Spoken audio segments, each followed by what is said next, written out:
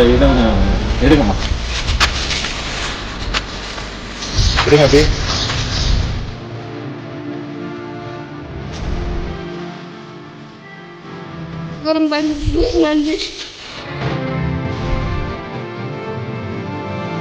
காலத்தின் கொடுமை.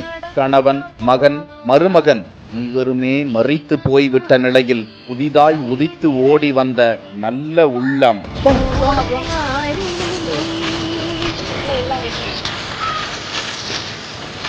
பேரன் பேத்தி எல்லாருக்குமே ட்ரெஸ்ஸிங் இதில் இருக்குமா?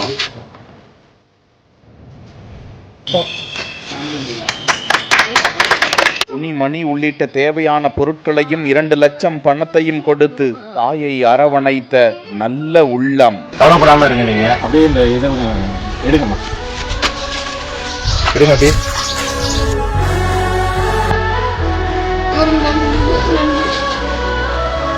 சேலம் மாவட்டம் எடப்பாடி ஆவடத்தூர் கிராமத்தை சேர்ந்த முதிய பெண்மணி பாப்பாத்தி.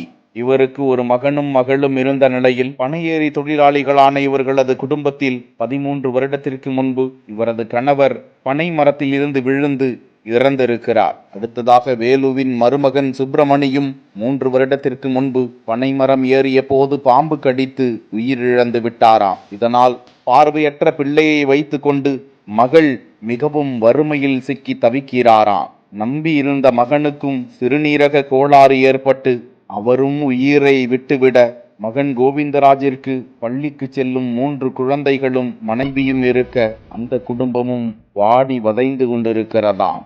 இந்த நிலையில் மூதாட்டி பாப்பாத்தி அனைவரையும் இழந்து ஊருக்கு ஒதுக்குப்புறமாக மின்சார வசதி இல்லாத ஓலை குடிசையில் ஒருவேளை உணவிற்கே தவித்து வருவது அறிந்து தஞ்சாவூரை சேர்ந்த பிரபு ராஜ்குமார் என்கிற சமூக சேவகர் தன்னுடைய தாயின் நினைவு தினத்தன்று முதிய தாய் பாப்பாத்தியின் ஊருக்கு சென்று அவருக்கு தேவையான காய்கறிகள், மளிகை பொருட்கள், புத்தாடைகளையும் வாங்கி கொடுத்து செலவிற்கு 2 லட்சம் ரூபாய் பணத்தையும் கொடுத்து உங்களுக்கு மகனுக்கு மகனா நான் இருப்பேன் என உறுதி கொடுத்திருக்கும் நிகழ்வு பெரு நிகழ்ச்சியை ஏற்படுத்தி இருக்கும் நிலையில் அந்த சமூக சேவகருக்கு ஏராளமானோர் தலைமுறைக்கும் உங்களது குடும்பம் புண்ணியத்தை சேர்த்திருக்கிறது என்றெல்லாம் கருத்துக்களில் நன்றிகளை தெரிவித்து வருகிறார்கள்.